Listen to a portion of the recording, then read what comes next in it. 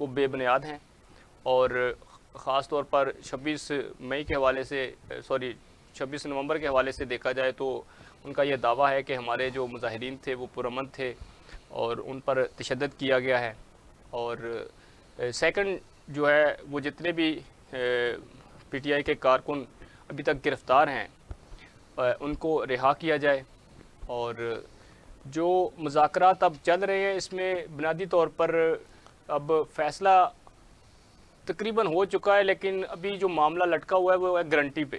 ٹھیک، اب بانی پی ٹی آئی کی گارنٹی کون دے گا، اور دوسری طرف اگر گارنٹی کی بات آتی ہے تو وہاں سے پھر گارنٹی کس کی ہوگی؟ اب گارنٹی پہ جو ہے نا وہ ڈیڈ لاک ہے۔ آپ کو لگتا ہے بانی پی ٹی آئی کی کوئی ملک گارنٹی دے گا؟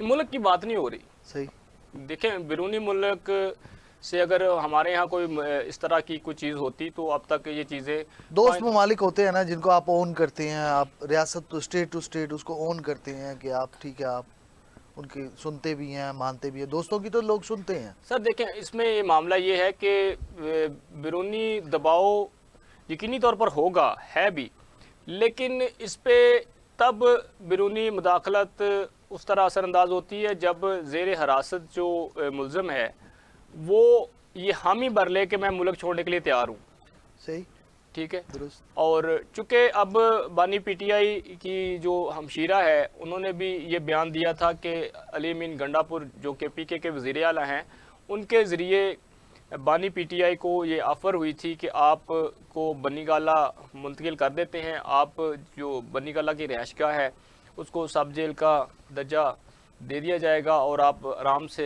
1.5-2 سال کے لیے اپنے گھر رہیں، لیکن بانی پی ٹی آئی نے یہ مطالبہ جو ہے وہ رد کر دیا بقول ان کی ہمشیرہ کے۔ اب دیکھنا یہ ہے کہ جو ہمارے ذرائع کا کہنا ہے کہ جو بیک ڈور مذاکرات چل رہے ہیں، ان تمام تر مذاکرات کا اونٹ کس کر پر بیٹھتا ہے، کیا آیا دونوں طرف سے کوئی گارنٹی دیتا ہے یا نہیں، اور اگر گارنٹی دی جاتی ہے کیا شرائط طے ہوتی ہیں، یہ تمام تر چیزیں جو ہیں اس پر میرے خیال میں ابھی کچھ بھی کہنا قبل از وقت ہوگا۔ صحیح، صحیح، میں آپ کی طرف دوبارہ بھی آؤں گا۔ شہزاد صاحب یہ بتائیے گا، یہ جو ہم سے معلومات شیئر کی ہیں ڈوگر صاحب نے، بڑی سیر اصل گفتگو کی ہے مذاکرات کے حوالے سے، اندر کی بھی کہانی ہمیں سنائی ہے، اس کہانی کو آپ کہاں تک سچ سمجھتے ہیں کہ کوئی بیک ڈور مذاکرات بھی چل رہے ہیں؟ آپ کے ذرائع اس حوالے سے کیا دعویٰ؟ بہت شکریہ کاشف صاحب۔ ڈوگر صاحب نے جتنی گفتگو کی ہے انہوں نے اس پروگرام کو بڑا دلچسپ کر دیا اور کئی سوال اٹھا دیے ہیں۔ انہوں نے کہا ہے کہ بانی پی ٹی آئی نے آج جو پیغام بھیجا ہے کہ وہ میری رہائی سے متعلقہ نہ ہو، اس کے علاوہ آپ جو اور مرضی مذاکرات کریں۔ تو سوال یہاں یہ پیدا ہوتا ہے کہ ان کے دو ہی مطالبے ہیں، صحیح، بانی پی ٹی آئی کی رہائی اور جو کارکنان کی وہ رہائی کا مطالبہ۔ درست، اس کے علاوہ اگر کوئی مطالبات ہوتے تو یہ 2 سیشن ان کے مذاکراتی کمیٹی میں ہو چکے ہیں، یہ ابھی تک تحریری طور پر ان کو دے چکے ہوتے۔ پھر ان کا ڈوگر صاحب نے یہ بھی فرمایا کہ بانی پی ٹی آئی نے کہا ہے کہ آپ کو کس نے کہا کہ میری رہائی کا مطالبہ کریں۔ میں نے پہلے آپ کے اس پروگرام میں اختلاف میں آ کر ایک بات کہی تھی کہ ان میں بہت اچھے لیڈر موجود ہیں، بہت اچھے انسان موجود ہیں، سیاستدان کوئی نہیں ہے۔ یہ میں تیسری دفعہ شاید یہ کہہ رہا ہوں۔ بات یہ ہے کہ بانی صاحب جو پی ٹی آئی کے ہیں وہ کسی پہ ٹرسٹ ہی نہیں کرتے۔ اگر باہر ان کا کوئی لیڈر ان کی اچھی بات کر دیتا ہے تب بھی انہیں اچھا نہیں لگتا، کوئی الٹی سیدھی بات ہو جاتی ہے تب بھی انہیں اچھا۔ یہاں فقدان اس چیز کا ہے کہ بانی کسی کو اتھارٹی نہیں دے رہے، وہ جو ہے ون مین شو کرنا چاہتے ہیں۔ باہر جو لوگ ان کے لیے ایفرٹ کرتے ہیں وہ جس وقت بھاگے بھاگے ڈیالہ جیل جا کے اپنی ایفرٹ بتاتے ہیں، وہ ان کو اتار کے وہیں پہ پھینک دیتے ہیں کہ آپ نے یہ بات کیوں کی، انڈو کر دیتے ہیں، انڈو کر دیتے ہیں۔ تو یہ مذاکرات کا چاہے یہ الٹے ہو جائیں یہ سیدھے ہو جائیں، ان کے پاس یہ 2 ڈیمانڈز کے علاوہ کوئی مطالبہ ہے ہی نہیں، نہ ان کے پاس کوئی سوچ ہے، نہ ملکی ترقی، نہ کے پی کے کی ترقی، نہ عوام کی ترقی کے حوالے سے۔ پھر میرے دوست نے یہ فرمایا کہ بشرا بی بی اور محسن نقوی کے درمیان بیک ڈور مذاکرات ہو رہے ہیں۔ ہاں یہ اس لحاظ سے ضرور ہو رہے ہوں گے کہ بشرا بی بی جو ہیں وہ خود کی سکن سیو کر رہی ہوں گی، کیونکہ بانی پی ٹی آئی نے جب 26 نومبر کا واقعہ ہوا تھا اس وقت ہمارے ذرائع نے یہ کنفرم کیا تھا کہ بشرا بی بی کو جو اب پارٹی کی پالیٹکس ہے اس سے ہٹا دیا گیا ہے، اور اس کے بعد وہ اس طرح کی منظر عام پر بھی نہیں آئی. صحیح. پھر میرے دوست نے یہ اور نہ ہی فرمایا، ان کے بیانات کوئی اس طرح سامنے آئے جی ہیں جی، سیاسی. پھر میرے دوست نے یہ فرمایا کہ وہ گارنٹی مانگ رہے ہیں. کس چیز کی گارنٹی مانگ رہے ہیں؟ کون سے ایسے مطالبات ہیں ملک کی جنگی کی صورتحال میں آ گئے ہیں کہ گارنٹی مانگ رہے ہیں؟ بھئی ایک آدمی آلریڈی کورٹس کیس میں اندر ہے، گارنٹی وہ کس چیز کی وہ حکومت سے مانگ رہے ہیں، یا حکومت ان سے کس چیز کی گارنٹی مانگ رہی ہے؟ حکومت کو تو اس چیز کا کوئی ڈر نہیں ہے. حکومت کی تو وہ بات ہی نہیں کر رہے بات ڈاکٹر ہی صاحب، وہ اور کہہ رہے ہیں ایسے- کہ بیک ڈور چینل پہ جو مذاکرات ہو رہے ہیں، جو فیصلہ ساز ہیں وہ گارنٹی. دیکھیں بات یہ ہے، ڈاکٹر صاحب نے یہ ہمیں معلومات دی. جی بات یہ ہے، یہ کوئی ایسے ہیوج قسم کا وہ مذاکرات نہیں ہو رہے کہ خدا نہ خواستہ ملک میں خانہ جنگی شروع ہونے والی ہے یا پتہ نہیں کیا ہونے والا ہے. یہ مذاکرات ایک پارٹی دوسری پارٹی سے ڈیمانڈ کر رہی ہے، اس پارٹی کو اپنا تحفظ چاہیے. اتنی سی بات. اس کے لیے غیر ملکی لوگ آ جائیں جی، سعودی عرب بھی آ جائے، چین بھی آ جائے، جاپان بھی آ جائے، کہ گارنٹی دیں. کس چیز کی گارنٹی دیں؟ خدا نہ خواستہ عمران خان کو پھانسی کی سزا تو نہیں ہوگی کہ بھئی اس کو مانگ رہے ہیں. اب یہ آپ نے دیکھا ہوگا کل ہی میتھیو ملر امریکی ترجمان کی ایک پریس کانفرنس ہوئی ہے، انہوں نے بریفنگ دی ہے، اس میں انہوں نے دو ٹوک یہ واضح پیغام دے دیا ہے کہ جو بانی پی ٹی آئی کی رہائی کا معاملہ ہے وہ پاکستان کا اندرونی معاملہ ہے اور پاکستان کی عدالتوں نے اس کا فیصلہ کرنا ہے. صحیح. یہ بہت بڑا بیان ہے جس کو اس وقت People's Party P T I جو ہے وہ لے کے چاہ رہی تھی کہ ٹرمپ آئے گا تو پتہ نہیں کون سے بھاگ لگا جائے گا. اب معاملہ یہ ہے کہ ہمارا جو سورس یہ کہتا ہے کہ اس میں اگر یہ جیسے بیرونی طاقتوں کی بات کر رہے ہیں نا، تو ہمارا یہ سورس کہتا ہے کہ سعودی عرب نے اس سلسلے میں بڑا اہم کردار ادا کیا ہے. اس نے پاکستان کی موجودہ صورتحال کو امریکہ کے آگے رکھا ہے اور امریکہ کو بتایا ہے کہ چونکہ یہ پاکستان کے یہ جو پولیٹیکل میٹرز ہیں یا یہ جو مذاکرات وغیرہ معاملہ چل رہا ہے، یہ پاکستان کا اندرونی معاملہ، آپ اس کو ٹچ مت کریں. صحیح. تو آئی تھنک میں یہ سمجھتا ہوں کہ سعودی عرب کی جانب سے جس وقت یہ پیغام امریکن اسٹیٹ کو گیا ہے تو انہوں نے اس چیز کے اوپر ایک بیان دیا ہے جو میتھیو ملر کی صورت میں کل سامنے آیا، اور انہوں نے یہ بھی کہا تھا کہ جو رچرڈ ہے جو کانگریس کے ابھی تک کسی سیٹ کے اوپر ان کو نامزد نہیں کیا گیا، ان کے بیان کو سرکاری سطح پر نہ مانا جائے، جس میں انہوں نے میتھیو ملر کے سابقہ بیان کو جوڑ کر یہ کہا تھا کہ میتھیو ملر نے یہ کہا ہے کہ عمران خان کو رہا کرے. تو کل ایک چیز سے اس کی نفی ہو گئی. اس میں سے کافی حد تک اگر کہا جائے تو پی ٹی آئی کا جو یہ وبیلا مچا ہوا تھا کہ ٹرمپ آئے گا اور جناب بڑا کچھ ہو جائے گا، تو وہ تو ایک طرح سے فارغ ہو گیا. سب سے بڑی گارنٹی اس وقت اگر کوئی مانی جاتی تو وہ امریکہ کی مانی جاتی. امریکہ نے کہا واضح طور پہ یہ کہہ دیا ہے کہ یہ پاکستان کی اندرونی میٹر ہے اور پاکستان کی کورٹ نے فیصلہ کرنا ہے. ہم یہاں بیٹھ کے یہی کہتے رہے ہیں کہ فیصلہ میں نے نہیں کرنا، ڈوگر صاحب نے نہیں کرنا، یہ پاکستان کی کورٹ نے کرنا ہے، عدالتوں نے کرنا ہے. تو بات یہ ہے کہ ان کے پاس کچھ بھی کر لیں، اب ان کے پاس مذاکرات ان کے پاس کرنے کو ہے کچھ نہیں. اچھا اب کیا ہوا؟ اب انہوں نے کہا یار اور تو کوئی معاملہ نہیں بڑھ رہا، انہوں نے اٹھا کے نا اسپیکر قومی اسمبلی پہ الزام لگا دیا. یہ پرسوں کی بات ہے، انہوں نے کہا کہ جی اسپیکر قومی اسمبلی ہماری ملاقات جو ہے وہ بانی پی ٹی آئی سے کروانے میں رکاوٹ پیدا کر رہے ہیں اور اس تعطل کی وجہ سے ہم آگے مذاکرات نہیں کر سکتے. مجبوراً اسپیکر قومی اسمبلی کو آج بیان دینا پڑا. انہوں نے کہا کہ میں مذاکراتی کمیٹی کا ہیڈ ہوں، دونوں طرف برابر ہوں، میری نظر میں پی ٹی آئی اور حکومت دونوں برابر ہیں. اگر یہ کہتے ہیں کہ میں مذاکرات نہیں چاہتا، میں مذاکراتی ٹیم کے لیے رکاوٹ ہوں، تو میں اسے سرنڈر کرتا ہوں. تو اب ان کے پاس یہ ہیلے بہانے اوپر نیچے بیٹھ رہا ہے، کھڑا ہو رہا ہے، تو اس سے تو کچھ نہیں ہوگا. ان کے پاس کرنے کے لیے کچھ نہیں ہے. ان کی دو ہی ڈیمانڈ ہیں جی جو کبھی پوری نہیں ہوں گی. وہ ڈیمانڈ یہ لکھ کے دینے کے لیے تیار نہیں ہے. میں نے آپ کو پہلے بھی کہا تھا نہیں، ایک کا تو ڈوگر صاحب نے بتایا نا ہمیں کہ خان صاحب نے کہا کہ میری رہائی کی آپ نے بات کیوں کی، وہ اس بات پہ تو پھر اچھا چلو بہت اچھا ہو، تو مذاکرات ہی ختم ہو گئے. پھر آپ کی کیا ڈیمانڈ ہے؟ ڈیمانڈ بتائیں نا. ڈیمانڈ تو وہ بتا رہے ہیں نا کہ 26 نومبر کی، تو وہ ایک ہی چیز ہے نا جی. 26 نومبر 9 مئی اور عمران خان کی رہائی. پہلے سے دو مطالبے ہیں، میری رہائی، بانی پی ٹی آئی کی یعنی کہ رہائی، اور ہمارے کارکن رہا کریں. دو ہی مطالبے ہیں نا. اگر ان میں سے اگر پی ٹی آئی کے بانی بقول ڈوگر صاحب کے کہ وہ کہہ رہے ہیں کہ میری رہائی نہ کریں، پھر پیچھے ایک مطالبہ رہ گیا. تو ایک مطالبے پہ مذاکرات تو نہیں ہوتے. مذاکرات تو ہوتے ہیں، آپ کوئی ایجنڈا لے کے آتے ہیں، اس پہ ڈسکشن ہوتی ہے کہ ہاں جی یہ معاملہ ہے. اگر یہ نکال بھی دیں تو پھر پیچھے مذاکرات کے لیے ان کے پاس کیا ہے جس کا یہ سودا بیچیں گے؟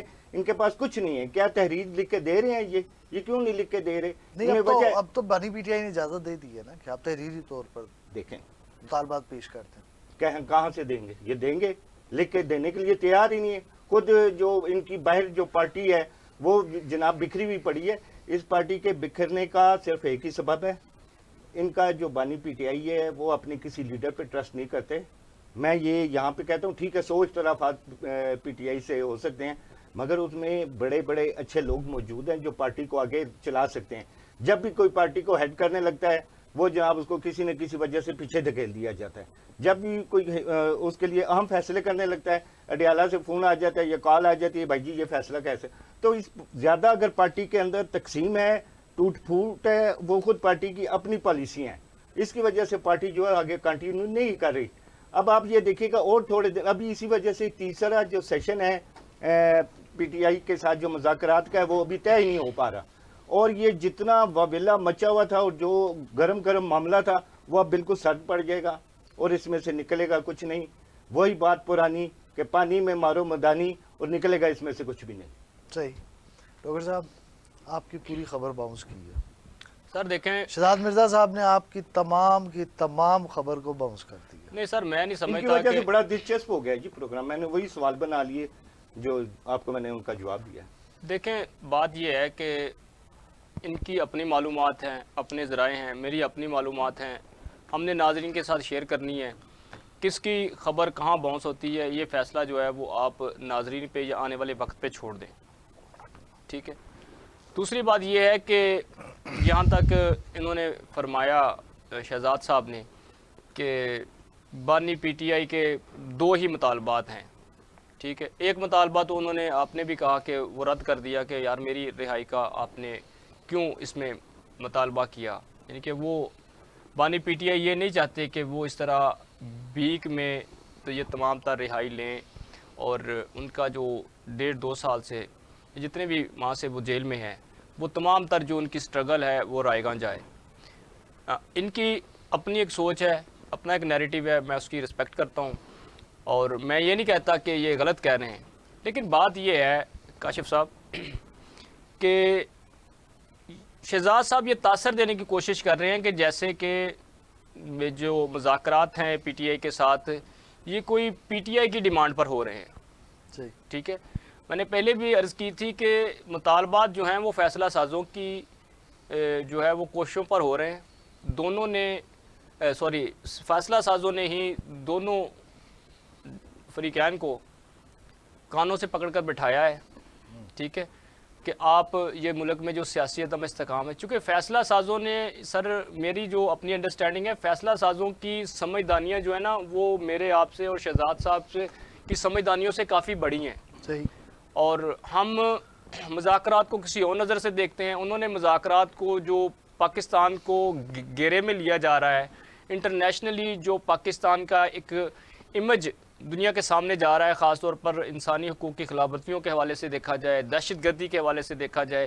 دہشت گردی کے حوالے سے اگر دیکھا جائے تو میں اور آپ یا شہزاد صاحب اس چیز کے پاس کو بھی نہیں ہے جو ہمارے قومی سلامتی کے ادارے اپنی خدمات سر انجام دے رہے ہیں آپ کے بارڈرز پر. خاص طور پر افغانستان میں جب سے امریکہ وہاں سے گیا ہے، اس کے بعد سعودی عرب میں جس طرح یہ ان کی حکومت کے تمام تر معاملات ہوئے، اور اب بھارت جو ہے وہ رشیا اور دیگر ممالک کے ساتھ مل کر پاکستان کے خلاف جو سازشیں کر رہا ہے. جو پاکستان کے یہ جو افغانستان کا بارڈر ہے یہاں پہ جتنے بھی جو ٹی ٹی پی کے لوگ بیٹھے ہوئے ہیں ان کو کون فیسیلیٹیٹ کر رہا ہے، ان کی فنڈنگ کون کر رہا ہے. تو دیکھیں یہ افغان بھائی جو ہیں ہم نے ان کی چاہے وہ رشیا کے مفادات ہوں چاہے امریکہ کے مفادات ہوں، افغانستان میں ہم نے ان کی ہمیشہ مہمان نوازی کی ہے. دیکھیں کوتاہیاں ہر جگہ ہوتی ہیں. ہمارے ملک میں جو ہمارے پاکستانی بھائی ہیں رہائشی ہیں ان کو بھی بہت سارے مسائل کا سامنا ہے. اگر یہ افغانستان کی صورتحال کو دیکھیں یا دیگر جو معاملات ہیں تو پاکستان کو اس وقت اپنے گھر میں جو جاری لڑائی ہے اس کو ہر صورت میں سمیٹنا ہے.